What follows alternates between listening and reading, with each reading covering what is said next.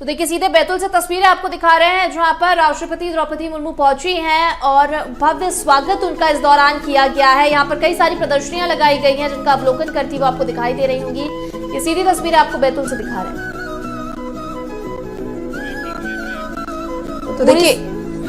तो देखिए बैतूल से ये तस्वीरें हम आपको दिखा रहे हैं जहां राष्ट्रपति द्रौपदी मुर्मू पहुंची हैं और उनकी उपस्थिति आप बैतूल में देख पा रहे हैं। कई जो प्रदर्शनियां हैं उनका अवलोकन करती वो नजर आ रही हैं।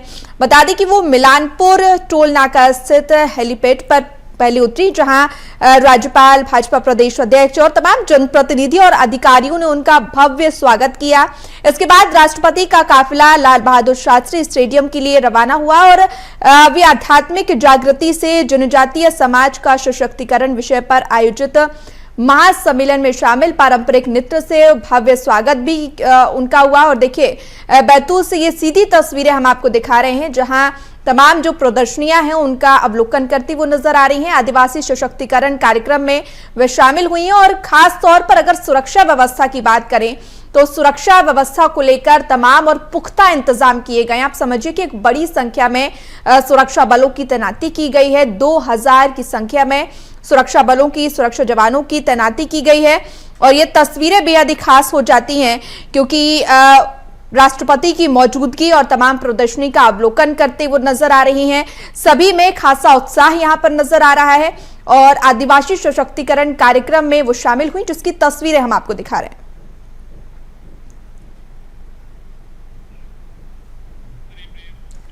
तो सीधी तस्वीरें बैतूल से आपको दिखा रहे हैं जहां पर तमाम प्रदर्शनियां लगी हुई हैं। राष्ट्रपति पहुंच चुकी हैं। उनके आगमन को लेकर पूरे मध्य प्रदेश में उत्साह देखने को मिल रहा है, एक्साइटमेंट देखने को मिल रही है और इसी के साथ अलग अलग जगह का वो दौरा करने वाली है, अलग अलग जिलों का दौरा होने वाला है राष्ट्रपति का। और इसी क्रम में बैतूल अभी पहुंची है राष्ट्रपति द्रौपदी मुर्मू जहां पर महत्वपूर्ण कार्यक्रम का आयोजन होगा। 10 किलोमीटर का ये लंबा सफर तय करने वाली है राष्ट्रपति। और इसी के साथ कार्यक्रम को लेकर भी आपको बता दें कि काफी महत्वपूर्ण ये कार्यक्रम है। एक विशेष संदेश देने का प्रयास रहेगा राष्ट्रपति की ओर से और इसी का इंतजार रहेगा और इसीलिए संदेश को लेकर ही देखिए लगातार यहाँ पर हम देख रहे हैं कि लोगों में काफी एक्साइटमेंट है। इस दौरे को लेकर काफी ज्यादा खुशी का माहौल है और पूरी तैयारियां की गई। सुरक्षा व्यवस्था की बात करें तो पूरी प्रोटोकॉल से यहाँ पर उनके तहत सुरक्षा व्यवस्था पुख्ता की गई है। साथ ही सभी तरह से मॉनिटरिंग भी की जा रही है और हालांकि राष्ट्रपति के आगमन को देखते हुए कई सारे रूट्स भी डाइवर्ट किए गए हैं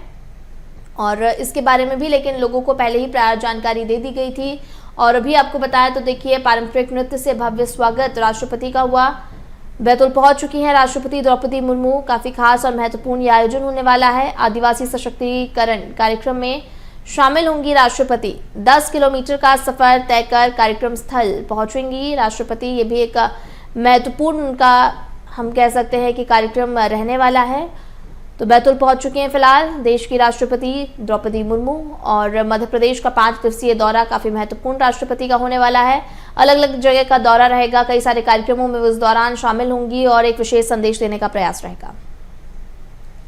बिल्कुल, तो देखिए बैतूल से ये तस्वीरें हम आपको दिखा रहे हैं और बहुत ही खास हो जाता है सृष्टि जब मध्य प्रदेश के दौरे पर देश की राष्ट्रपति द्रौपदी मुर्मू पहुंचती हैं। उनके आगमन को लेकर खासा तैयारियां की जाती हैं और खास तौर पर लोगों में भी बहुत उत्साह देखने मिलता है क्योंकि 5 दिवसीय उनका यह मध्य प्रदेश दौरा है। इंदौर के बाद बैतूल और जबलपुर भी, संस्कार थाने भी वो पहुंचेंगी जिसको लेकर तैयारियां शुरू कर दी गई हैं। लेकिन ये तस्वीरें हम आपको बैतूल से दिखा रहे हो। देखिए राष्ट्रपति आपको नजर आ रही हैं, उनके साथ राज्यपाल मंगूभाई पटेल भी आपको नजर आ रहे हैं।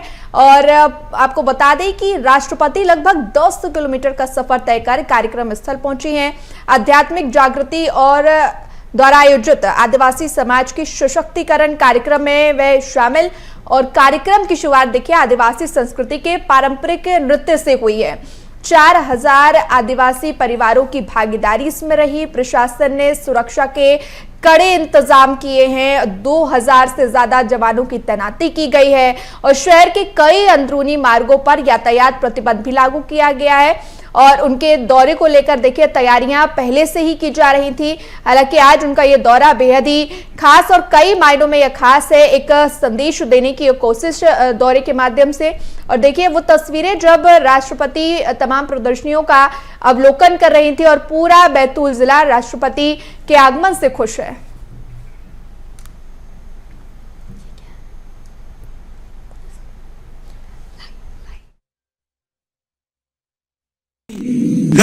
उपस्थिति से सुशोभित इस दिव्य एवं प्रेरणास्पद आयोजन में सम्मिलित होने का अवसर प्रदान करते हेतु प्रजापिता ब्रह्म कुमारी संस्था को हृदय से धन्यवाद देता हूं।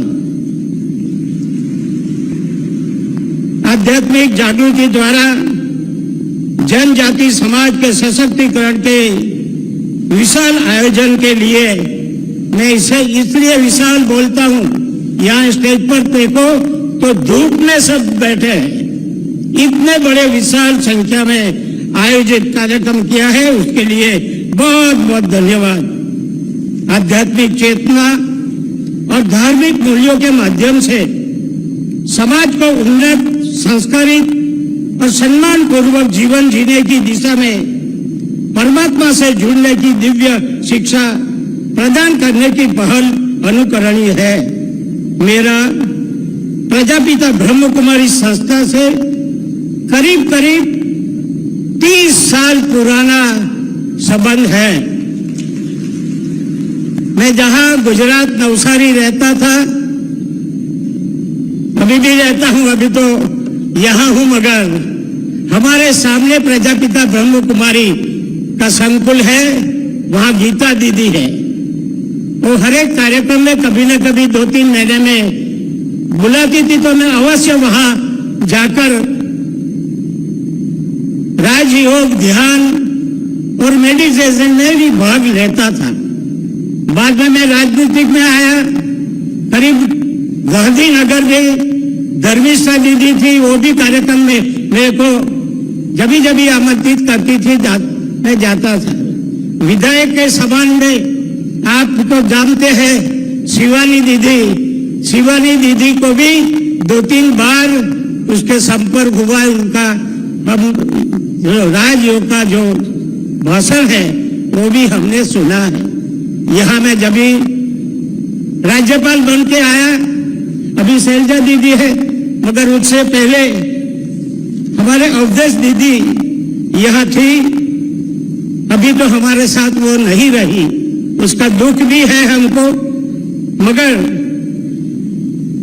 आज उनके जो कार्य है उनको मैं याद भी करता हूं, क्योंकि जब भी मैं आया तभी करीब 5-6 बार मेरे को वहां कार्यक्रम के लिए बुलाया। मैं अवश्य बिना चूक वहां पहुंचा और सभी दीदियों को मिलकर, भाइयों को मिलकर जो मन को शांति मिलती है, मैंने खुद में अनुभव। तो देखिए, बैतूल से तस्वीरें दिखा रहे हैं जहां राष्ट्रपति द्रौपदी मुर्मू पहुंची हैं, उनके साथ राज्यपाल मंगूभाई पटेल भी वहां पर मौजूद हैं। आदिवासी सशक्ति कार्यक्रम में वे शामिल हुई हैं और साथ ही आपको बता दें कि ब्रह्म कुमारी जिस संस्थान के कार्यक्रम में वो शामिल हुई, इस कार्यक्रम को लेकर खासा तैयारियां की गई हैं। और अगर बात करें बैतूल की, तो बैतूल वासियों में भी खासा उत्साह देखने मिल रहा है और मध्य प्रदेश के लोगों में भी खासा उत्साह। इस सुंदर समारोह में उपस्थित मध्य प्रदेश के राज्यपाल श्री मंगूभाई पटेल जी, केंद्रीय जनजातीय कार्य राज्य मंत्री श्री दुर्गादास उइके जी, मध्य प्रदेश सरकार में मंत्री श्री नरेंद्र।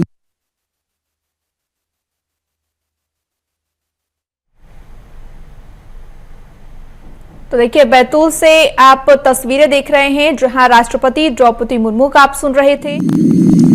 राजयोगिनी मंजू जी, राजयोगिनी बीके लीना जी, राजयोगिनी बीके शैला जी, सामने उपस्थित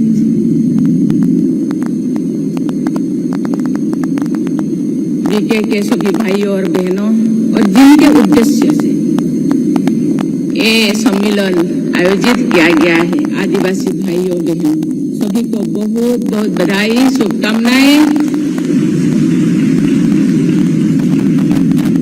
नमस्कार। जनजातीय समुदाय के सशक्तिकरण के लक्ष्य पर केंद्रित इस महासम्मेलन में उपस्थित होकर मुझे अत्यंत प्रसन्नता हो रही है। मैं ब्रह्मा कुमारी संस्था को इस महत्वपूर्ण पहल के लिए हार्दिक बधाई देती हूँ। आपके संस्थान ने जो पहल की है उसका इस क्षेत्र के लिए ही नहीं, हमारे पूरा देश, संपूर्ण समाज के लिए विशेष महत्व है। मुझे पूरा विश्वास है कि इस महासम्मेलन में भविष्य के लिए ऐसे समग्र कार्य योजना बनेगी जो देश के जनजातीय समाज की प्रगति के प्रमुख भागीदार के रूप में सशक्त करने में सहायक होगी। स्वामी विवेकानंद, महर्षि अरविंदो सहित अनेक आधुनिक भारतीय ऋषियों, समाज सुधारकों ने कहा है कि भारत समूचे विश्व को मानवीय और प्रकृति पोषक सर्वांगीण विकास की राह दिखा सकता है। इस दृष्टि से ब्रह्मा कुमारी संस्थान के प्रयास उपयोगी और प्रेरक रहा है। संस्थान में मातृशक्ति का केंद्र में रखकर अपने कार्यक्रमों और योजनाओं को आगे बढ़ाया है। इस कारण संस्था के विभिन्न संकल्पों में एक समग्र आंतरिक सूचिता है। ये सूचिता कार्य जगत में मानवीय गरिमा और प्रकृति के प्रति संवेदनशीलता के रूप में हमेशा विद्यमान रहती है। उपभोग की संस्कृति और परिस्थिति पर आधारित आज की तेज भागती दुनिया में समाज के हर वर्ग की आध्यात्मिक सुचिता बहुत महत्वपूर्ण हो जाती है। इसी के बल पर दीर्घकालीन रूप से समतापरक आचरण पद्धति और प्राकृतिक संपदाओं के प्रति संवेदनशीलता जीवन शैली विकसित की जा रही है। आज के तनाव और युद्ध से त्रस्त विश्व में इसकी आवश्यकता अतीत के किसी भी कालखंड की तुलना में और अधिक हो गई है। इसीलिए इस सम्मेलन तथा ऐसे प्रयासों का महत्व और भी बढ़ जाती है। जनजातीय समुदाय की जीवन शैली सहज रूप से ही अध्यात्म की मूलभूत प्रेरणाओं के निकट होती है। हम जनजाति को आदिवासी कहते हैं, कोई उनको वनवासी कहते हैं। ये आदिवासी है, आदिम आदिवासी जो सृष्टि के आरंभ से ही ये धरा पे और रहते हैं और उनके जीवन शैली ये केवल कोई वो आध्यात्मिकता से भरा हुआ है और सुख शांति आनंद प्रेम में जीना जानते हैं, हिंसा से दूर रहते हैं। हम जानते हैं ये आदिम काल में जैसे थे आज भी ऐसे ही है। जैसे कि गीली मिट्टी उसको जैसे बनाओ ऐसे बनते हैं और प्रकृति के पूजा करते हैं, लेकिन केवल प्रकृति नहीं पंचतत्व को पूजा करते हैं। ये धरती, ये आकाश, वायु, जल, सूर्य, चंद्र, इसको पूजा करते हैं। कोई कंस्ट्रक्शन बनाने के, कोई मंदिर, कोई पूजाशाला बनाते नहीं। वो कहते हैं कि ये धरती, आप सोचिए, हम सब सोचेंगे ये धरती नहीं होता।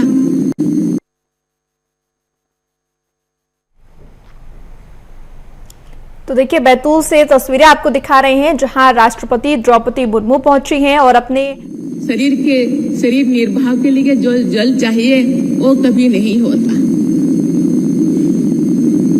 धरती को क्षति पहुंचाते नहीं, जल को भी दूषित नहीं करते। तालाबों में नहाते, नदियों में नहाते, नदी में कोई कूड़ा फेंकता नहीं, तालाबों को कोई अपरिष्कार नहीं करते। धरती को जरूरत के मुताबिक कभी चोट पहुंचाते तो उसके पहले उसको नमन करते हैं। पेड़ पौधा पूजा करते हैं, वो सही है।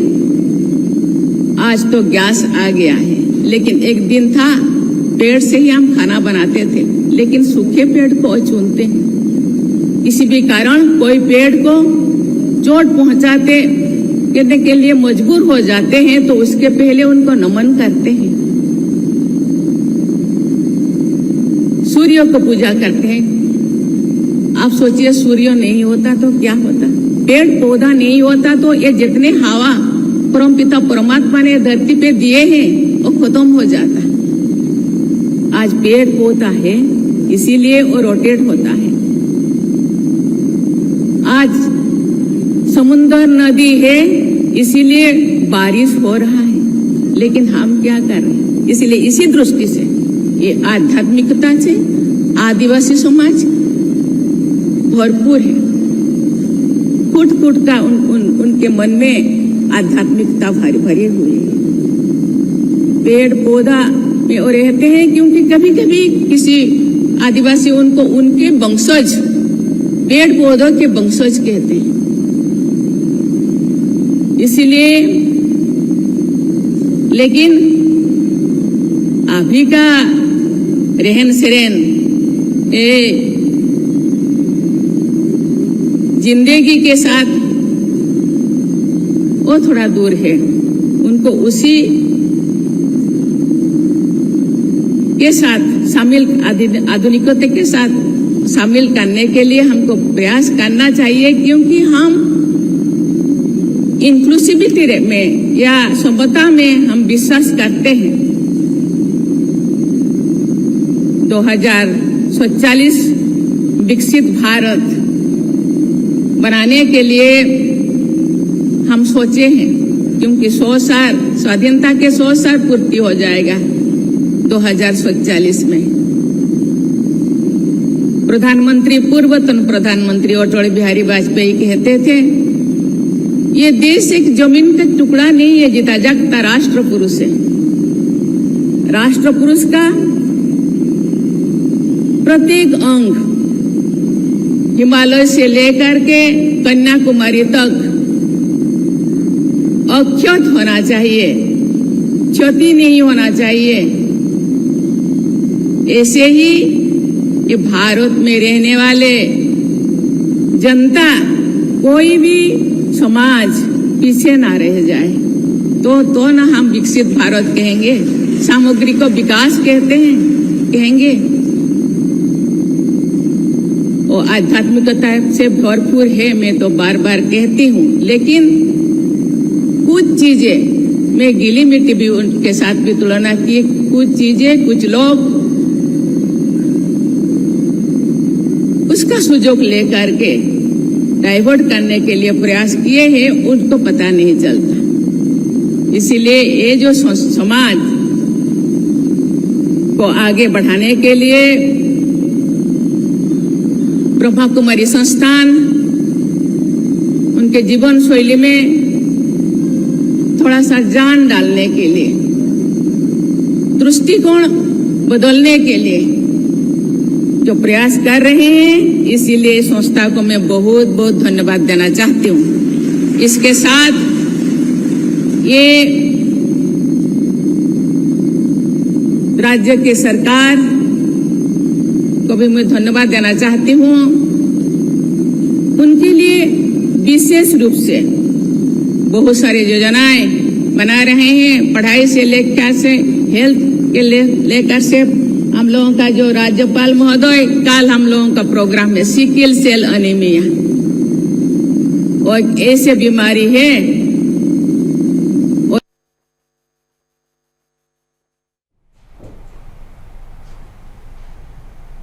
तो देखिए बैतूल से ये तस्वीरें, और आप राष्ट्रपति द्रौपदी मुर्मू को सुन लिए भी प्रयास चल रहे हैं। शिक्षा, स्वास्थ्य, रहन सहन, खान पान।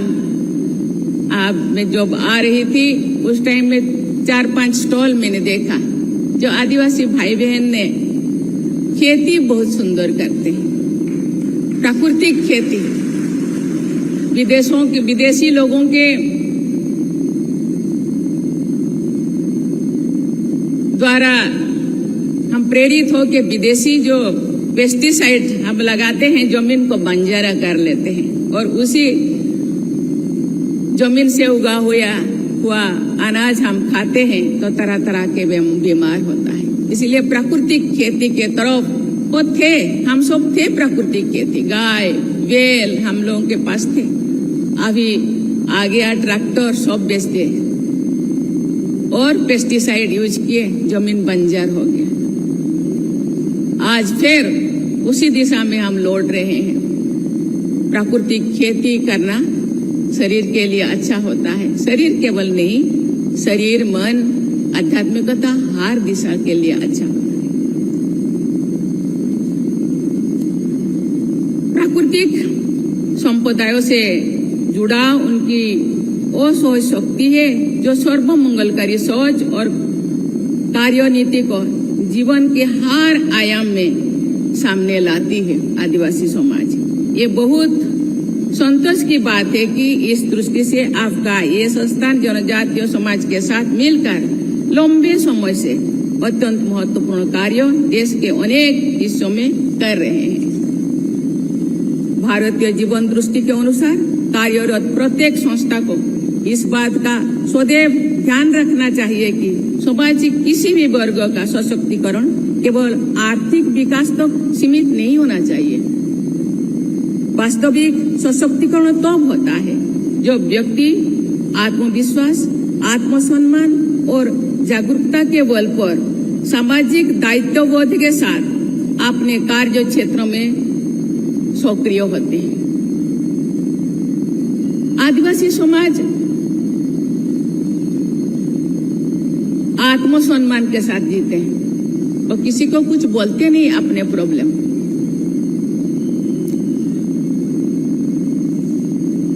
200-300 साल ब्रिटिशों ने देश को जब शासन किए,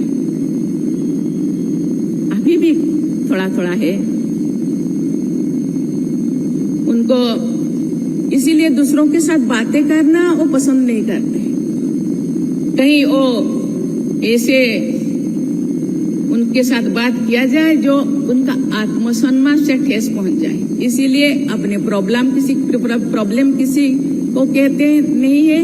जो भी स्कीमें चल रहा है देश में या राज्य में, वो मेरे गांव पे या मुझे मेरे एरिया को भी दिया जाए, ये बात भी वो बोलते नहीं। वो कहते हैं जो हो रहा है तो हमारे गांव में भी एक दिन होगा, इंतजार करते हैं। धैर्यता उनके पास बहुत है क्योंकि वो शांति से रहना पसंद करते हैं। आध्यात्मिक जागृति व्यक्ति को उसकी आंतरिक शक्तियों का अनुभव कराती है और साथ ही इसे सकारात्मक सोच को जीवन के उच्च आदर्शों के साथ और जोड़ते हैं। देवियों और स्वजनों, तेजी से बदलती दुनिया में तो लगातार बढ़ता जा रहा है। इसीलिए आज आवश्यकता के इस बात की है कि जनजातीय युवाओं को आधुनिक शिक्षा, कौशल विकास और डिजिटल सशक्तिकरण से जोड़े, साथ ही उनकी सांस्कृतिक पहचान और आध्यात्मिक विरासत को भी सुरक्षित रखे। विकास और संस्कृति दोनों का संतुलन ही एक सशक्त एवं समृद्ध समाज का आधार है। सार्थक विकास वो है जो हमारी जोड़ों और जीवन मूल्यों से पोषित भी ग्रहण करे तथा उन जोड़ों को मजबूत भी बनाए। हम जब ऐसे समग्र दृष्टि से काम करेंगे तो भी समाज में समरसता और समता की प्रबल धारा प्रवाहित होगी, तो भी हम समावेशी विकास के नई प्रतिमान स्थापित कर सकेंगे। मुझे बताया गया है कि ब्रह्मा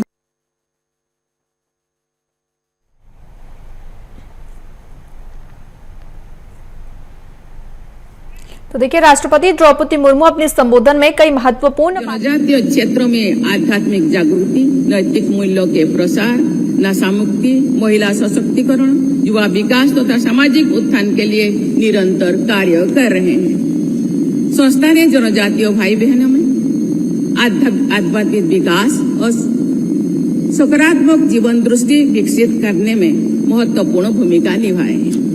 ध्यान एवं आध्यात्मिक शिक्षा के माध्यम से अनेक लोगों के जीवन में शांति, संतुलन और नई आशा का संचार हुआ है।